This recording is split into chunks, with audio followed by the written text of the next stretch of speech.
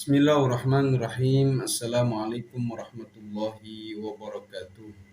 Alhamdulillahi rabbil alamin. Allahumma salli wa sallim wa barik ala sayyidina Muhammadin wa ala ali sayyidina Muhammad. Pemirsa Kopi Pahit Beneran dimanapun kalian berada, mudah-mudahan selalu dalam lindungan Allah dan selalu sehat walafiat, dan mudah-mudahan seluruhnya tetap istiqomah, tetap semangat dalam kondisi apapun. Alhamdulillah, pada malam hari ini kita berjumpa kembali, di mana insya Allah kami akan membacakan kelanjutan daripada kitab Fathul Qarib yang telah lama kita tunda. Mohon maaf karena ada beberapa kendala.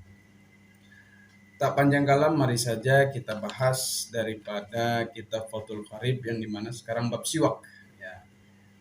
Bagaimana kesunahan siwak itu, mari kita kaji bersama. Mudah-mudahan dengan mempelajarinya kita dapat mengamalkannya, dan mudah-mudahan ini salah satu bentuk kecintaan kita terhadap baginda Nabi besar Muhammad SAW karena telah mengikuti sunnah-sunnahnya.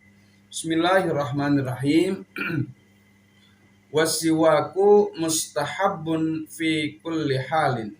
Faslun fi isti'mali alati siwaki. Pasal ini menerangkan dalam menggunakan alat siwak. Wahwa, dan bermula siwak, min sunanil wudu'i, itu tetap di antara sunnah-sunnah wudu. Nah, siwak itu adalah alat untuk membersihkan rongga-rongga gigi, ya, supaya gigi kita itu bersih. Nah, ini sangat dianjurkan oleh Rasulullah Shallallahu Alaihi Wasallam karena ini bentuk daripada nazafah, kebersihan, dan ini sangat dianjurkan daripada wudhu. Jadi sebelum wudhu kita hendaknya melakukan siwak terlebih dahulu. Jadi jangan lupa dibawa, ya, siwaknya jangan lupa dibawa. Wa yutlaku asiwaku, dan dimutlakan apa asiwak, siwak aidon juga, alama, atas apa saja, yustaku, yang bisa dipakai siwak, apa bihima, min arokin, yakni dari kayu arok, wanahwihi, dan seumpamanya kayu arok. Nah, ini bisa juga dikatakan siwak itu secara mutlak, baik itu siwak yang dari kayu arok yang sering kita sebut siwak-siwak, ya. Padahal siwak itu nama pekerjaannya, alatnya atau yang digunakan untuk bersiwak namanya arok, itu kayu arok. Nah, bisa pula dikatakan bersiwak yaitu sesuatu yang dapat membersihkan karang gigi, ya, seumpamanya daripada sikat gigi atau sesuatu yang dapat membersihkan lah sesuatu, ya. Pada umumnya orang Indonesia itu memakai sikat gigi. Nah, itu termasuk siwak juga. Karena tujuan daripada siwak yaitu menghilangkan bau tak sedap dan menghilangkan kuning-kuningnya gigi. Inda ispiraril asnan, kuningnya gigi. Wasiwaku mustahabun fi kulli halin, dan siwak itu sangat dianjurkan. Wasiwaku, dan bermula siwak, mustahabun, itu sangat disunahkan, fi kulli halin, dalam setiap keadaan. Jadi tidak mesti saja dalam wudhu, tapi dalam segala hal keadaan, ya. Banyak nanti ada beberapa yang sangat-sangat disunahkan, seperti halnya kita habis makan yang bau-bau, contoh habis makan jengkol atau sesuatu yang bikin bau lah, maka itu disunahkan sekali untuk bersiwak supaya tidak memberikan suatu efek yang kurang nyaman kepada saudara kita ketika kita berbicara. Wala yukrahu, dan tidak dimakruhkan siwak tanzihan, dengan tanzih. Nah, tidak makruh, ya. Ketika kita puasa, maka itu hukumnya tidak makruh kita bersiwak. Pagi-pagi jam 7 kita nyiwak boleh, gitu. Illa ba'da zawali, kecuali setelah tergelincirnya matahari. setelah zuhur, ya. Setelah zuhur maka hukumnya makruh, ya. Dikhawatirkan ada sesuatu yang terlepas airnya masuk ke dalam rongga. Lis-shaimi bagi yang puasa, ya. Tapi kalau tidak puasa ya nggak apa-apa.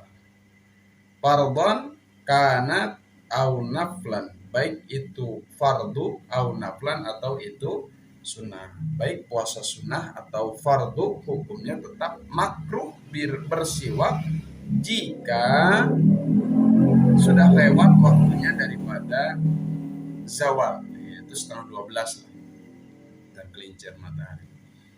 Watazulu, dan akan hilang apa al-karohatu kemakruhannya biguru bisyamsi, dengan tenggelamnya matahari. Maka kemakruhan itu berwaktu. Selama dia masih tergelincir sampai sebelum guru bisyamsi, yaitu terbenam matahari, maka ada kemakruhan. Jika lupa ya tidak apa-apa. Jika memang tidak sedap ya tidak apa-apa, karena hukumnya makruh, namun sangat disayangkan kesunahan itu dibuang. Jadi setelah maghrib bagaimana? Maka dianjurkan ya kita bersiwak lagi. Namun ada beberapa ulama yang mengatakan wakhtara, dan telah memilih siapa An-Nawawi, Imam Nawawi, adamal karohati mutlaqan, akan ketidakmakruhan mutlaqan secara mutlak, baik itu puasa fardu, puasa sunnah, hukumnya tidak apa-apa bila kita bersiwak. Baik itu setelah zawal, setelah lingsir matahari, atau sebelumnya. Jadi sehari full kita berpuasa tidak dimakruhkan secara mutlak jika kita melakukan siwak. Itu menurut Imam Nawawi. Nah, ini terlepas dari itu, kita punya dua dalil. Bagi mereka yang hendak bersiwak diperbolehkan, karena ada ulama yang memutlakkan tidak makruh. Pun bila untuk kehati-hatian maka kita jangan bersiwak, gitu ya. Wahwa, dan bermula siwak ai siwaku fi salasati mawadi'a, pada 3 tempat, asyaddu itu sangat-sangat apanya, istihbaban, sunnahnya, anjurannya, min ghairiha, dari selain yang 3 tempat. Nah, siwak ini ada 3 keadaan yang sangat-sangat dianjurkan untuk bersiwak. Yang pertama, ahaduha, yang pertama, yakni bermula salah satunya salasa inda taghayyuril fami min azamin, itu tetap ketika berubahnya mulut daripada lamanya diam. Ketika kita ada rasa di mulut kita yang berubah, ada rasa yang tidak sedap di mulut kita karena kita lama diam, maka pada saat itu sangat-sangat dianjurkan kita untuk melakukan siwak. Jangan sampai apa yang kita rasa juga terasa oleh saudara kita ketika kita berbicara. Nah, ini sangat-sangat dianjurkan, ya. Jadi siogianya kita ke sana ke sini itu membawa kayu arok lah, untuk apa? Menetralisir bau. Ya, terlebih apalagi kalau kita habis makan pete, jengkol, itu kan sesuatu yang dirasakan oleh teman kita, saudara kita, ketika kita bicara itu tidak sedap, maka jangan sampai itu terjadi, ya. Ketika berubahnya mulut dari lamanya diam, itu dianjurkan sekali untuk melakukan siwak. Gila dikatakan huwa bermula azamin sukutun tawilun, yaitu diam yang panjang, yang lama. Wakila, dan dikatakan azmin itu huwa tarkul akli, itu meninggalkan makan. Nah, ketika kita tidak memakan apapun itu, maka air liur itu akan ada perubahan, ya kan? Ketika ada perubahan itulah maka kita dianjurkan untuk bersiwak. Ya. Intinya Islam itu sangat memperhatikan kebersihan, karena innallaha nazifun, innallaha jamilun yuhibbul jamal. Allah itu cantik dan mencintai kecantikan. Dalam arti sesuatu yang bagus-bagus, sesuatu yang wangi-wangi, itu apa namanya? Sangat dicintai oleh Allah Subhanahu wa taala. Maka disyariatkan oleh Rasul Shallallahu alaihi wasallam untuk kita bersiwak. Karena dulu konon katanya kenapa siwak disyariatkan oleh Rasul, karena ketika mereka orang-orang kafir Yahudi dan Nasrani melakukan mandi atau melakukan membersihkan badannya, maka saat itu dia sedang menebus dosa daripada zina. Jadi ajaran mereka itu, kalau ada orang yang mandi, yang membersihkan dirinya, maka itu dia sedang menebus dosa. Nah, Islam datang untuk menghapus itu semua. Janganlah menjadi manusia yang jorok, gitu. Maka sangat-sangat diperhatikan dari kesuciannya, dari kebersihannya. Makanya terlihat jelas orang Islam itu jika mengikuti ajaran yang diajarkan oleh baginda Rasulullah SAW sangat bersih, saudara, sangat-sangat bersih. Makanya alhamdulillah kita diberikan nikmat iman Islam dan diberikan pengetahuan untuk mempelajari Islam guna bermanfaat untuk kita khususnya dan umumnya untuk yang lain. Bahkan Rasul menegaskan bab siwak ini adalah laula an asyqa ala ummati, andaikan tidak memberatkan terhadap umatku, la amartuhum bisiwak, niscaya aku akan perintahkan, mewajibkan kepada umatku adalah untuk bersiwak. Nah, dengan ini hadis kendati pun tidak wajib, tapi harus kita renungi secara sesama bahwa begitulah Islam adanya. Keinginannya perkara-perkara yang baik, keinginannya perkara-perkara yang bagus, sehingga pemeluknya jangan sampai tidak mengikuti baik, tidak ikut bagus dalam tatanan keislaman itu sendiri. Ya, bahkan dalam syarahnya, syarah Fathul Qorib, yaitu Bejuri, dikatakan inna siwaka yushilu khurujar ruhi, bahwasanya siwak itu akan memudahkan keluarnya ruh ketika roh kita dicabut. Jadi banyak sekali manfaat yang akan didapat bagi seorang mukmin bila dia melakukan sunnah-sunnah Rasul. Jangankan sunnah dalam sholat, dalam sunnah dalam bersiwak pun fadilahnya sangat besar.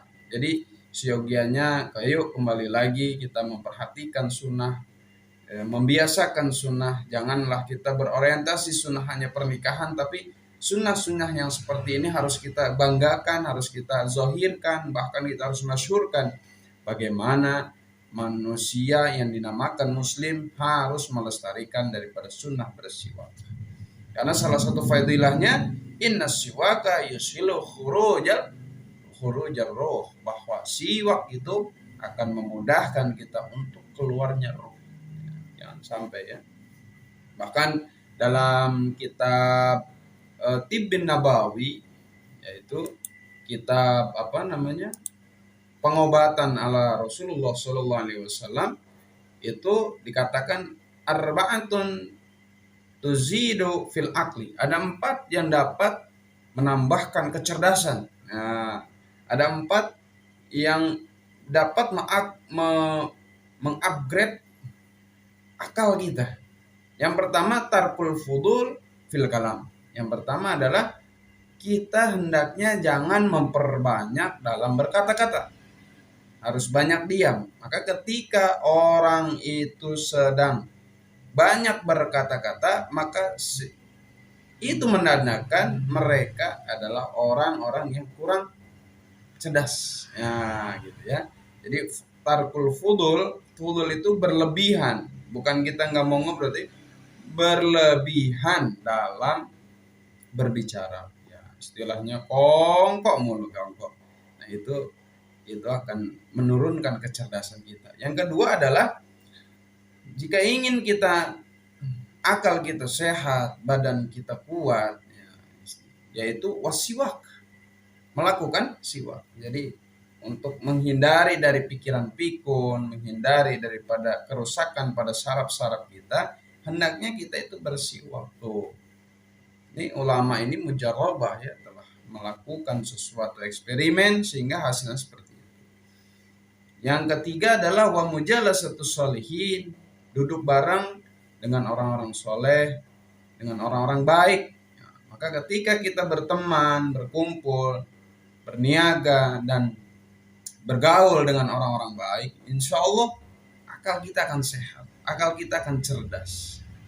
Yang keempat adalah wa mujalasatul ulama, sudah pasti untuk mengupgrade keilmuan, untuk mencerdaskan akal kita harus banyak-banyak berkumpul dengan para ulama. Karena disitulah letak ilmu-ilmu, disitulah letaknya pengetahuan supaya akal kita dipenuhi dengan hal-hal yang baik, yang positif, terlebih bab ilmu. Nah ini sangat dahsyat ya, siwak ini jika kita pelajari dari satu kitab ke kitab yang lain, daripada manfaat siwak itu sangat banyak.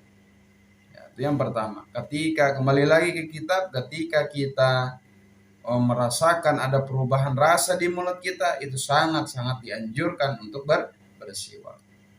Wa inna maqala, dan pastinya musannif berkata, wa ghairuhu, dan selainnya azamin, ya, sesuatu yang berubah rasa di mulut dari lama diam atau yang lain. Ya, yang lain itu berarti dari segi makanan, dari segi minuman. Liyasmula, tujuannya untuk mencakup ghair taghayyurul fami, akan berubahnya mulut bi ghairi azamin, dengan lamanya tidak diam. Ka'akli dzirihin karihin, seperti makan yang mempunyai bau yang tak sedap. Jadi berubahnya mulut dari lama diam atau yang lainnya seperti makan yang bau-bau, nah itu sangat dianjurkan pula untuk bersiwak. Seperti mana bau yang tak sedap? Saumin wa balsalin. Saumin itu bawang merah, wa balsalin bawang putih.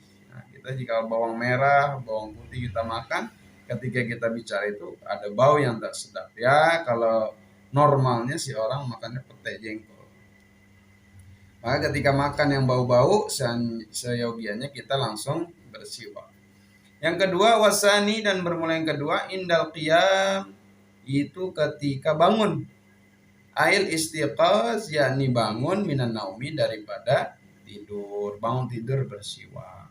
Wasalisu, dan yang bermula yang ketiga indal qiyam ilas sholati fardhan au naflan, yaitu ketika bangun mau melaksanakan ilas sholati, untuk sholat. Nah, mau sholat ini siogianya kita bersiwak, terlebih kita pakai kayu arak sebagaimana Rasulullah SAW lakukan, ya, baik sholat sunnah, sholat fardu, atau yang lain-lain. Bahkan di dalam kitab syarah Fathul Qorib, yaitu Al-Bajuri, nanti dikatakan beberapa sesuatu yang sangat-sangat dianjurkan untuk bersiwak. Wa yata'akkadu, dan lebih dikuatkan, aidan juga, fi ghairi salasi, pada selain yang tiga, al-mazkurati, dari yang diceritakan tadi, yaitu berubah mulut ketika bangun tidur dan hendak sholat, mimma huwa, dari apa-apa bermula itu mazkurun, itu diceritakan, disebut fil mutawwalati, dalam kitab yang panjang kakiraatil Quran, seperti membaca Quran. Nah, ketika kita membaca Al-Quran, kita bersiwak terlebih dahulu. Waspiraril asnan, dan mulut sudah menguning. Nah, bukan mulut ya, berarti giginya menguning, itu harus bersiwak. Iradatun naum, hendaknya ketika mau tidur itu pun harus siwak tuh.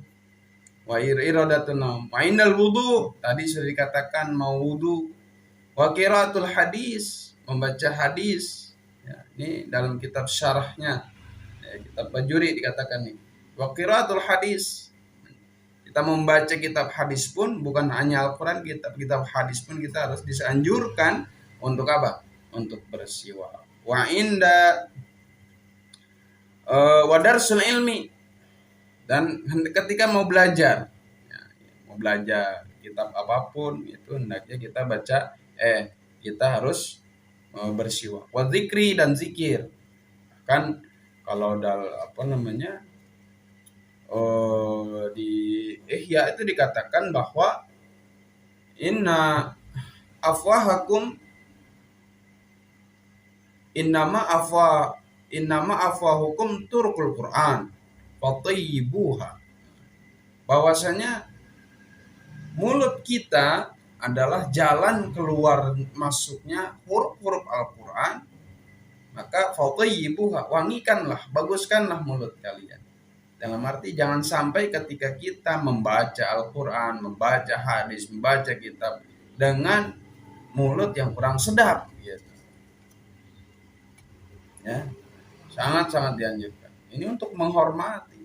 Wa inda dukhulil Ka'bah, masuk ke Ka'bah. Kita ketika umroh masuk ya dianjurkan untuk siwak. Ke haji pun sama. Wa inda dukhulil insan baitahu, ketika mau masuk rumah juga dianjurkan untuk bersiwak. Wa inda jima'ihi li zaujatihi, ketika hendak hubungan suami istri juga harus bersiwak. Ya, sikat gigi. Wa inda jtimaihi bi ikhwanihi, dan ketika kita berkumpul dengan kawan-kawan kita, maka siogianya kita pun harus apa? Bersiwak. Ya, yang tadi dikatakan jangan sampai teman kita, saudara kita, orang rumah merasa tidak nyaman dengan bau mulut kita. Ya, itu anjuran siwak. Waktu ibuha disiwak. Karena banyak sekali ketika sholat pun kita dianjurkan, karena fadilahnya dalam hadis dikatakan sholatun ala athari siwaki afdalu min khamsin wa sab'ina salatan bighairi siwakin. Salat yang memakai siwak itu lebih utama dan berbanding 75 kali salat tanpa siwak. Jadi ada orang 2 rakaat menggunakan siwak, 75 rakaat tidak menggunakan siwak, maka itu nilainya sama gitu. Makanya sangat-sangat disayangkan saudaraku dimanapun berada, siwak ini cukup ringan untuk kita lakukan. Hanya perlu pembiasaan supaya kita terbiasa melakukan siwak. Wa yusannu, dan disunahkan pula ayyan wiya bisiwaki as-sunnata, bahwa niat seseorang bisiwaki dengan siwaknya as-sunnata akan sunnah. Jadi dianjurkan ketika kita bersiwak pun harus apa? Harus niat ya. Karena niatul mukmin khairun min amali. Segala hal harus diawali dengan niat. Niat itu baik, saudara. Berulang-ulangnya niat, maka berulang-ulang kebaikan. Jadi ya, jangan segan-segan untuk niat. Niat itu dalam hati ya. Nah, jadi nawaitu as-siwaka sunnah lillahi ta'ala. Wa yastaka biyamini, dan bahwa dia nyiwak itu pakai tangan kanan. Wa yastaka, dan bahwa bersiwak man biyaminihi, dengan tangan kanan yang man. Tangan kanan. Karena yang baik-baik, segala apapun yang baik mulakan dengan yang kanan. Wa ayyabda'a, ini teknisnya. Wa ayyabda'a, dan bahwa memulai man bil janibil aimani min famihi, dari pihak kanan dari mulutnya. Jadi sebelah sini dulu. Ya, dari bawah. Nah, dari bawah karena naik tar ke bawah gitu. Ya, prosesnya. Wa an yamurra, dan wa an yumirra, dan bahwa menjalankan manhu akan siwak tersebut ala safi halqihi, atas lak-lakannya eman. Setelah kita memutarkan ini, nah gini, maka lak-lakan langit-langit mulut kita diusap imraran latifan, dengan melewati yang lembut, menjalankan dengan lemah lembut, jangan kencang-kencang. Nah itu caranya, karena itu banyak saraf-saraf ya. Wa ala karasi adrasi, dan atas sisi-sisi gusinya eman. Nah, jadi bukan hanya giginya saja, tapi dengan gusi-gusinya juga. Nah, jadi pertama kita mulai dengan yang tangan kanan, mulai pula dengan mulut yang bagian kanan, naik, putar ke bawah, kemudian lak-lakan dan gusi-gusinya harus terkena. Itulah prosesnya, ya. Jadi siwak ini sangat-sangat mudah dilakukan, saudaraku. Namun begitu kita mengabaikannya sehingga kita tidak membiasakannya membawa siwak. Kata dalam hadis, inna siwaka mardatun lirabbi, karena siwak itu dapat menarik ridha Allah Subhanahu wa taala, muskhitatun lisyaitan, yang perkara yang dibenci oleh setan, mutahhiratun lil fammi, yang membersihkan mulut kita. Ini paling tidak daripada anjuran yang telah dipaparkan melalui hadis-hadis Rasul ini menggugah hati kita. Jangan segan dan jangan malu membawa kesana kesini kayu arok, bukan untuk menunjukkan kepribadian kita, terlebih kita ingin menunjukkan bahwa ini salah satu bentuk cinta kita kepada sunnah Rasulullah SAW.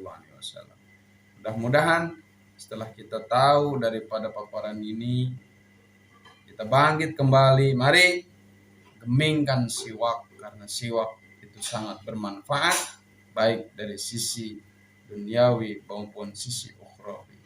Mudah-mudahan ada manfaatnya. Kurang lebihnya mohon maaf. Hadanallahu wa iyyakum ajmain. Assalamualaikum warahmatullahi wabarakatuh.